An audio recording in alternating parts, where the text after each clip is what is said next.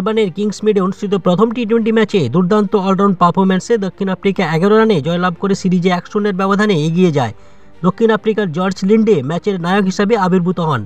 তিনি 24 বলে 48 রানে গুরুত্বপূর্ণ ইনিংস খেলার পাশাপাশি বল হাতে 4 ওভারে 21 রান দিয়ে 4টি উইকেট তুলে নেন।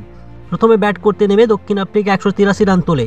ডেভিড মিলারের বিধ্বংসী 82 রানে ইনিংস খেলে পাকিস্তানের বোলারদের চাপে ফেলে দেন।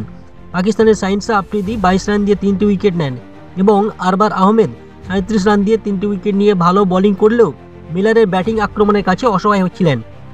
184 রানের লক্ষ্যে ব্যাট করতে নেমে পাকিস্তান শুরুতেই অধিনায়ক বাবর আজমের উইকেট 0 রানে হারায়। টাইম আউট 31 রানের ঝোড়ো ইনিংস খেললেও মোহাম্মদ রিজওয়ানের ধীরগতির 44 বলে 36 রান দলের ওপর চাপ বাড়ায়। তবে শেষ দিকে রিজওয়ান 74 রানের ইনিংস খেলে দলকে টেনে তুলেছিলেন। শেষ 17তম ওভারে মাফাকার হাত থেকে 24 রান দিয়ে পাকিস্তানের জয়ের আশা বাড়ালেও শেষ ওভারে 19 রান প্রয়োজন ছিল। মাফাকা রিজওয়ানকে আউট করে পাকিস্তানের জয়ের স্বপ্ন শেষ করে দেন। দক্ষিণ আফ্রিকার জয়ের পেছনে বড় ভূমিকা রাখেন জর্জ লিন্ডে। তার অলরাউন্ডার পারফরম্যান্স ম্যাচের মোড় ঘুরিয়ে দেয়।